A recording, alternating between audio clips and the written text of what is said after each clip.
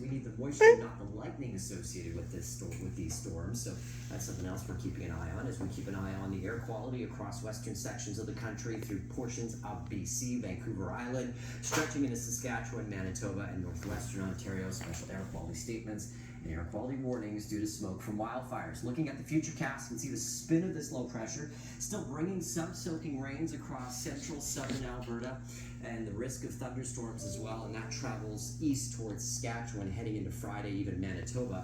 Things are drying out though through BC interior and across the south coast. Let's take a look at your forecast conditions now.